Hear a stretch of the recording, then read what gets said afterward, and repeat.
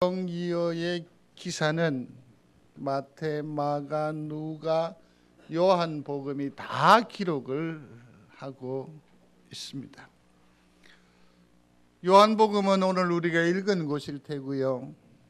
마가복음은 6장 32절로 44절이고 마태복음은 14장 13절로 21절이고 누가복음은 9장 10절로 17절에 나옵니다. 이 얘기는 누구나 다 압니다. 손자들에게 성경책을 보지 않고도 얘기를 해줄 수 있을 정도로 다 기억하고 계실 것입니다. 오늘 주보에 함께 넣어둔 그 성경 대조표가 있을 것인데요. 그것을 잠시 한번 펼쳐 놓으시고 오늘 요한복음 성경에 있는 6장은 그대로 유지를 하시기를 바랍니다. 거기 맨 오른쪽에 보면 마가복음 6장 32절로 44절의 성경을 거기에다가 새겨 두었는데 35절을 보시면 좋겠습니다.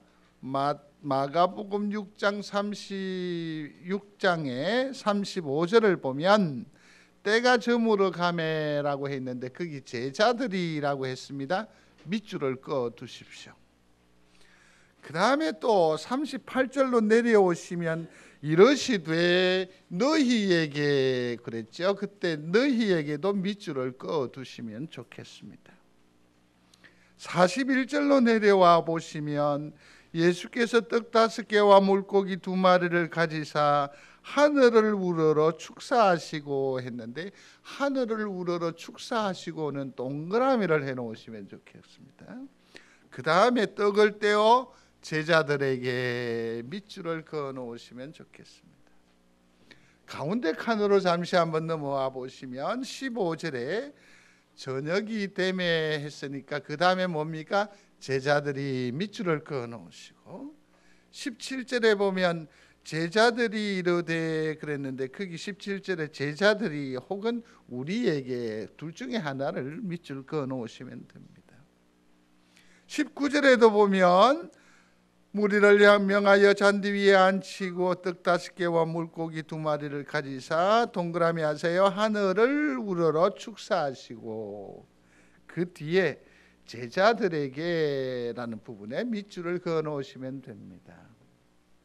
또 맨 마지막 그 네모 칸에 보면 누가복음 9장이 나와 있는데요. 12절에 보면 날이 저물어 가매 할 때에 12사도가 했는데 거기다가 밑줄을 그어 놓으시고 13절에 보면 둘째 줄에 하시니 여짜오되 우리에게라고 표시 밑줄을 그어 놓으시고 저 밑에 16절로 내려가시면서 거기도 보니까 하늘을 우러러 축사하시고 했으니까 그거는 동그라미를 해 놓으시고 떼어 제자들에게는 밑줄을 그어 놓으시면 좋겠습니다. 자, 이제 그것을 성경 옆에 놓으시고 저를 보십시오. 언제 이 오병이어의 기적이 일어났는지 혹 아시겠습니까? 언제 이 일이 일어났을까요? 요한복음 6장 4절에 보면 6월절이라고 되어져 있습니다. 혹은 마가나 마태나 누가는 굳이 6월절이라는 말은 표시는 하지 않았지만 6월절이라는 것을 알 수 있는 것은 이 일 이후에 곧 뭐가 나오느냐면 최후의 만찬 얘기가 나와요. 그렇기 때문에 오병이어의 이 사건은 언제 일어났다? 6월절 절기에 일어났다라는 것을 기억할 수 있습니다. 근데 여기서 우리가 잘 한번 보시면 좋겠습니다. 오병이어의 기적이 일어날 때에 그 중요한 역사적인 현장에서 예수님은 도대체 뭘 하셨을까? 예수님은 뭘 하셨죠? 병자를 고치십니다. 가르치십니다. 그러고 나서 저녁 때가 되었습니다. 하루 종일 무리들이 예수님을 따라다녔기 때문에 겨를이 없었겠지요. 배가 고팠다라는 것입니다. 이 배고픔에 이 난감한 이 처지를 누가 발견합니까? 다시 말해서 이 청중들의 마음을 누가 더 깊이 헤아리고 있느냐 하는 것입니다. 마가복음 35절에는 보면 제자들이 예수님께 나와서 이곳은 빈들이요 날이 저물어 가니까 무리를 보내어서 두루 총과 마을로 가서 무엇을 사 먹게 하십시오라고 그랬습니다. 그러니까 마가복음에서는 예수님보다 누가 더 청중 쪽에 가까이 있어요? 제자들이 있어요. 마태복음도 보시면 아까 줄을 끈 15절을 보시면요, 저녁이 되면 제자들이 나와서 이르되 이곳은 빈들이니까 먹을 것이 없다라고 말해요. 그러니까 마태복음에서도 보면 예수님보다 더 청중을 생각하는 마음 씀씀이가 제자들이 더 크다라는 것을 여기서 볼 수 있습니다. 누가복음에도 보면 12절에는 아예 뭐라고 말했습니까? 12사도가 라고 했습니다. 12사도가 그 백성들의 마음을 너무나도 잘 알고 그 어려운 처지를 헤아리는 듯한 인상을 주고 있습니다. 저 사람들이 배고프니 먹이 자라는 것이죠. 누가 그랬다? 제자들이 그랬다라는 것입니다. 그런데 오늘 함께 하신 요한복음은 좀 다르게 표현을 하고 있습니다. 요한복음에서는 뭐라고 말하고 있을까요? 5절을 한번 보시겠습니다. 다 같이 읽으셔야 합니다.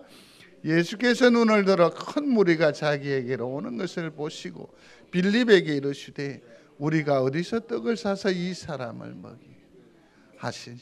아멘. 이제 사복음서의 차이를 발견하셨죠? 제자들이 12사도가 아니라 누가요? 예수님이라고 말해요.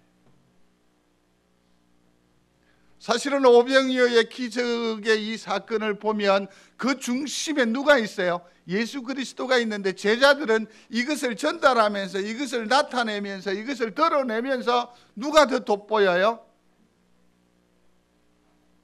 하나님의 일에서 이 일은 매우 조심해야 될 처사예요. 그죠? 그죠? 무슨 일을 하면 내가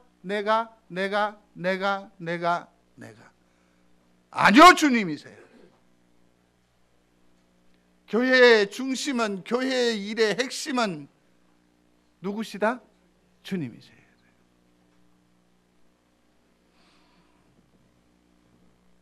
그럼 물고기 두 마리와 떡 5개는 어디에서 났지요?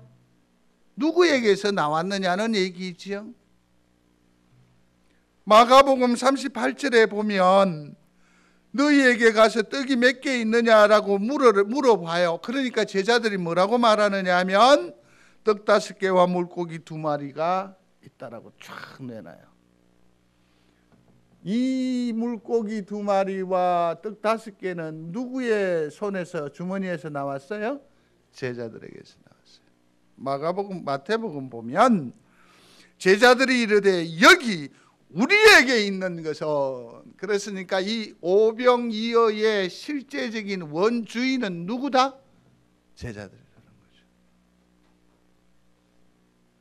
쉽게 답을 못해요. 왜냐하면 우리는 이미 답을 알고 있기 때문에. 누가복음에도 보면 뭐냐면 누가복음 9장 13절에도 보면 여짜오되 우리에게 떡 5개와 물고기 2마리밖에 없다라고 말해요. 2마리밖에 없더라. 근데 오늘 본문에서는 뭐라고 말하는지 보세요. 9절입니다. 찾으셨습니까? 읽겠습니다. 여기 한 아이가 있어 보리떡 5개와 물고기 2마리를 가지고 있나이다. 그러나 그것이 이 많은 사람에게 얼마나 되겠사옵나이까. 요한은 오병이어가 제자 12사도가 아니라 누구의 거라고요? 하나의. 정확하죠? 정확하죠?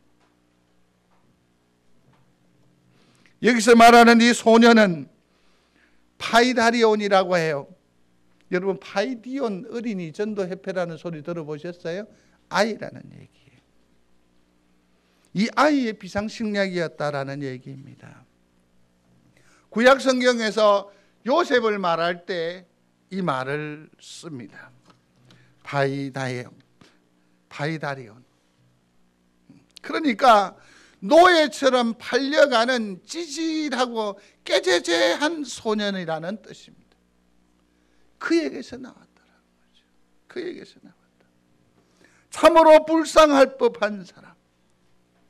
그러나 성도 여러분 아시기를 바랍니다. 깨제제하고 작고 초라할는지 모르겠지만 이 아이에게 있어서는 뭡니까? 주님 앞에 내어놓는 헌신과 드림의 믿음이 있다는 거죠. 그것을 하나님께서 크게 사용하시는 줄로 믿으시기를 바랍니다.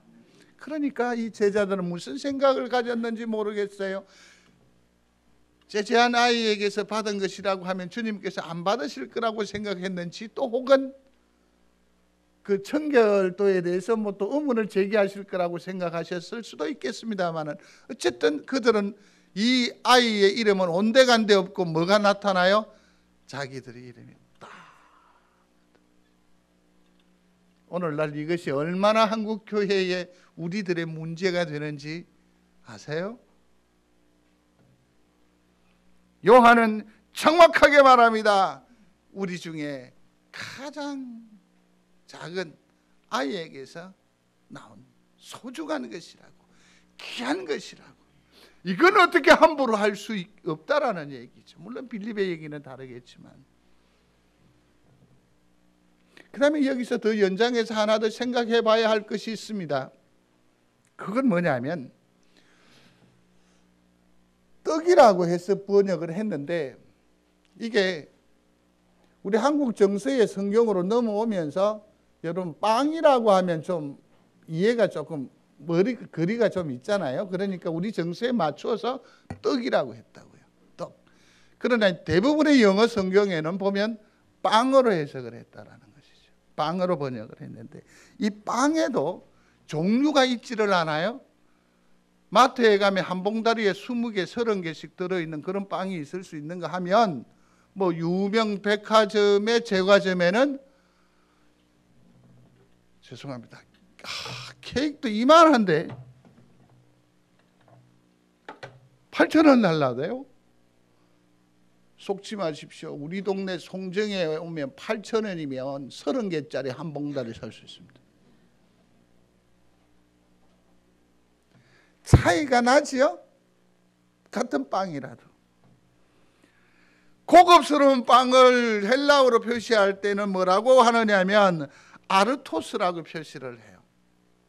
근데 지금 여기서 보리떡이라고 했던 5개의 보리떡, 이것을 설명을 할 때 그 용어는 크리티노스라고 해요. 우리말로 번역을 하면 개떡이 돼요. 소리하십시오. 개떡. 외람된 말씀이지만 여기서 개떡 안 드셔본 분도 계실걸요? 개떡이 무슨 색깔인지 아세요? 까만색 아니에요. 시커멓다고 해야 돼요. 시커먼 색이에요. 예. 얼마나 그게 끝인지요. 이 아이가 바이다리온이 가지고 온 이 빵은 그야말로 한 봉다리에 30개 정도 하는 그러한 지질한 빵이었다라는 것이죠. 개떡이었다라는 것이죠. 개떡이었다라는 것이죠. 그런데 놀라웠게도요, 제자들이 12사도가 가져온 빵은 크리티노스가 아니라 고급빵으로 변질해가 나가요. 아르토스로 가요. 사랑하는 성도 여러분, 예수 정말 잘 믿어야 됩니다. 왜 남의 것이 나의 공로가 되고 왜 남의 것이 변질되면 안 되죠? 안 되죠. 사복음서의 비교를 통해서 이러한 것을 정확하게 우리는 발견할 수 있게 됩니다. 그들의 의도는 무엇이었습니까? 빵값을 계산하고 있다는 것이지요. 5천여 명을 다 먹이려고 하는 200데나리온, 뭐 오늘날 돈으로 환산해 보면 거의 2천만 원 정도가 되는 비용이라고 할 수 있습니다. 그러니 지금 여기서 말하는 200데나리온은 이들에게 먹일 의사가 있다 없다? 없다. 말도 안 된다는 얘기지요. 그다음에 또 41절에 마가복음 6장 41절에 보니까 주님께서 이 떡을 가지고 뭘 했어요? 하늘을 우러러 축사하시고, 그죠? 마태복음에도 보면 하늘을 우러러 축사하시고, 누가복음에도 보면 하늘을 우러러 축사하시고. 성도 여러분, 이건 어떻습니까? 김호간이라고 하는 분이 제 지인 중에 한 사람입니다. 목사라고 하니까 반갑다고 인사를 하면서 자기가 모 교회를 가보았대요. 그래서 예배 마치고 난 뒤에 다시는 그 교회 안 가기로 했다고. 뿌리가 없다고. 신학적인 근거가 약한 것 같아요. 뭐 때문에 그러는데요? 뭐 때문에 그러는데요? 그 목사가 인물은 번지를 하던데 축사하는데 있을지어다 하지 않고 축복합니다 그랬대요. 여러분들은 어떻게 생각하시는지 잘 모르겠습니다만 어떻습니까? 성부와 성자와 성령이 모 말씀 받는 믿음의 권속들에게 지금부터 영원히 함께 있을지어다. 있을지어다. 손을 이래서 아멘을 안 했나? 이래 할까? 지어다. 있기를 축원하옵나이다. 어떤 게 무게가 있어 보여? 어떻게 좀 있어 보이고 어떻게 좀 신령해 보입니까?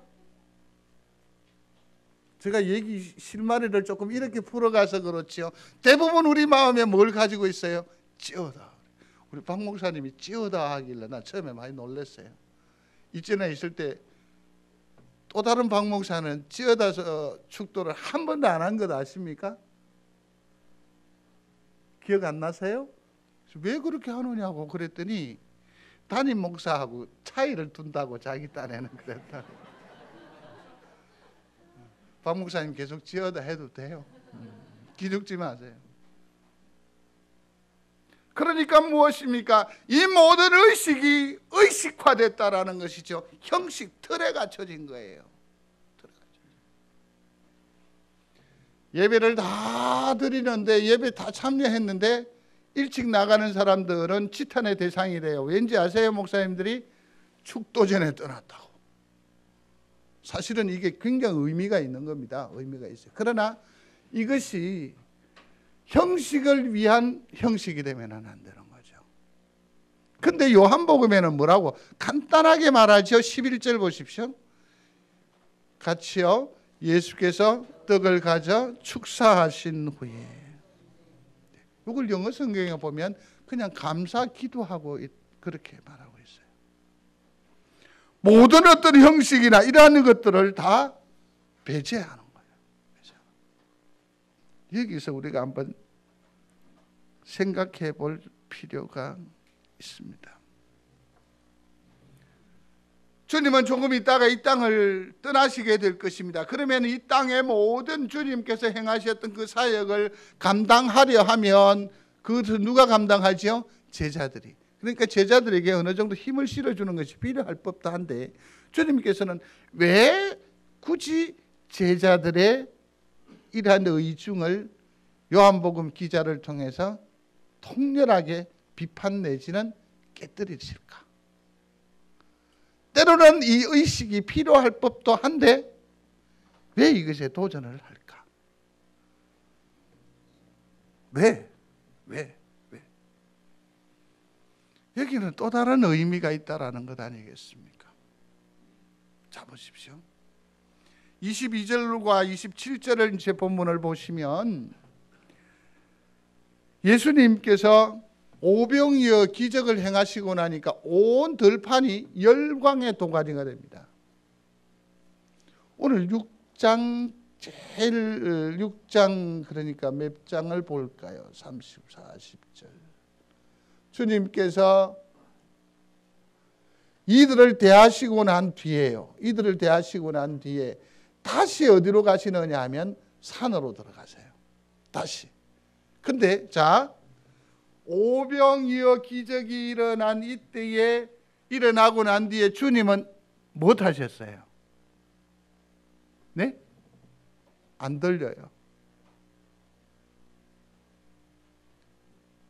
산으로 가셨어요. 혼자 가셨어요. 제자들을. 왜냐하면 이때 제자들의 마음은 어떨까요? 얼마나 흥감하겠어요. 예수님이 얼마나 자랑스럽겠어요. 예수님 곁에 내가 있었다라는 것 얼마나 크겠어요. 자, 보십시오. 축사하시고 5천 명에게 음식을 누가 나눠줬죠? 여기 보면 마가복음에도 보면 제자들, 마태도 제자들에게 주심에, 누가복음 9장에도 제자들에게 주어 먹게 했다고 했어요. 나누어 주는 거죠. 일전에 한번 말씀을 드렸죠. 모 교회에서 돕기 위해서 500원씩을 주는데 이게 소문에 소문을 내가 마당에 가득해요. 그래서 시끄러워서 내다본 거예요. 그러니까 이게 500원을 하려면 뭘 받아야 돼요? 사인을 받아야죠. 그게 한 주간에 집행되는 게 거의 50만 원 조금 못되게 집행이 되니까. 그러니까는 그 경비 용역체에서 온 경비가 일일이 사인을 다 받아야 해요. 시끄러워요. 내려가 봤어요. 여러분 이 부분에 어떻게 생각하세요? 500원을 주면서 굳이 사인을 받아야 되겠어요? 자, 여쭤봅니다. 형식이니까 답해 주셔야 돼요. 사인을 받아요, 말아요? 예? 그냥. 근데요, 중간에서 50만 원 그 동전 중에서 한 주먹만 슬쩍 빼버리면 알아요, 몰라요? 그러니 사인 받을까요, 말까요? 참 어렵죠? 어렵죠. 베트남에 선교를 갔어요. 그 교회 건축을 위해서 헌금을 했어요. 근데 나중에 문제가 돼요.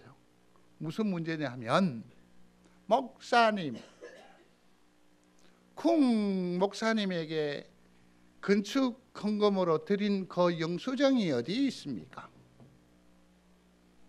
선교지에 가서 그것도 같이 간 일행이 있어서 자기도 거기 있었는데 나중에 그것이 시비가 되니까 그러면 법정으로 가면 누가 이겨요?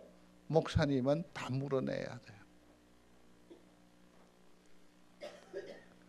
그래요. 그래서 사인을 받는데 시끄러워요. 내려보니까 줄 서라 줄.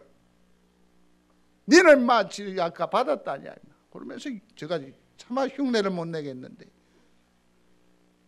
500원에도 뭐가 생겨? 권리가 생긴다는 거죠. 권력이. 제자들이 이것을 나누어주면서 누구의 역사야? 하늘의 역사예요. 하늘의 빵, 하늘의 떡을 나누어주면서도 누가 주는 것이 되는 거죠? 지가.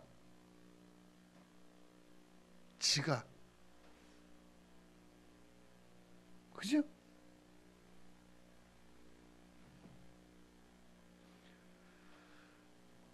그러나 주님은 어떻게 합니까? 홀로 떠나가세요. 자기를 주장하거나 자기를 돋보이지 아니하고 오히려 왕으로 추대하고자 하는 것을 열광적인 환호가 있음에도 불구하고 그는 어디로 갑니까? 산으로 올라가세요. 산으로 가요. 25절로 한번 보시겠습니까?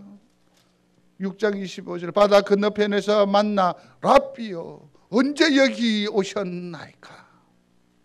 그들이 오병이어 기적이 있고 난 뒤에 예수가 안 보이니까 얼마나 찾았는가, 그 절박함을 우리가 여기서 볼 수 있습니다. 그때 주님께서 뭐라고 말씀하시는지 잘 들어보아야 합니다. 그들이 다 모여들어요. 주를 찾아요. 근데 주님께서는 아주 냉정하게 말씀을 하시지요.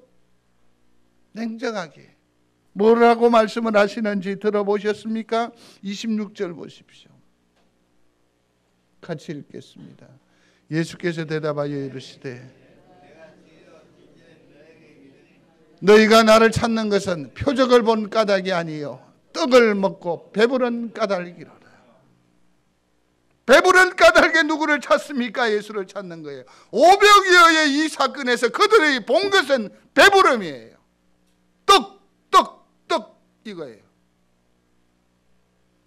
예수님의 메시아적인 그 사랑과 그 절박함과 불쌍히 여기는 마음과 하나님의 아름다움과 나눔, 섬김, 헌신, 도무지 볼 줄 모르는 거예요. 뭐만 봐요? 내 배부름만 보는 거예요. 좀 더 고상한 사람들은 무엇을 보느냐면, 오호라 이 사람이면 해방, 이 사람이면 자유, 이 사람이면 부흥. 주님은 정확하게 말씀하시는 거예요. 내 본심을 너네들이 보지 못하고 있다라는 거예요. 사건의 의미를 너희들은 모른다라는 거예요.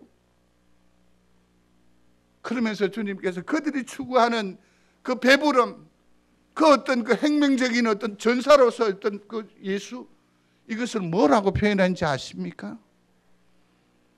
한번 들어보시겠습니까? 상처받지 않을 자신이 있지요? 주님이 뭐라고 했는지 27절 보십시오. 썩을 양식을 위하여 일하지 말고 영생하도록 있는 양식을 위하여 하라. 여기서 주는 말이 뭡니까? 배부름, 이 땅의 우선의 필요를 위해서 내가 목숨을 걸고 투자하는 이것은 주님은 뭐라고 말합니까? 썩을 양식이라고 해요. 그러면 썩지 아니할 양식은 도대체 뭘까? 그게 뭘까? 주님께서 정말 우리가 먹으며 정말 배부름으로 흥감해할 그것은 도대체 무엇일까? 무엇일까? 그들이 다시 묻습니다. 좋아요. 그러면 그것이 썩을 양식이라고 한다면 우리가 어떻게 해야 됩니까? 우리가 어떻게 해야죠? 무엇을 해야 합니까? 28절에 말하죠. 그랬더니 주님께서 뭐라고 말하느냐 하면 29절이에요. 같이 읽겠습니다. 예수께서 대답하여 이르시되 하나님께서 보내신 이를 믿는 것이 하나님의 일이니라 하시니라. 아멘.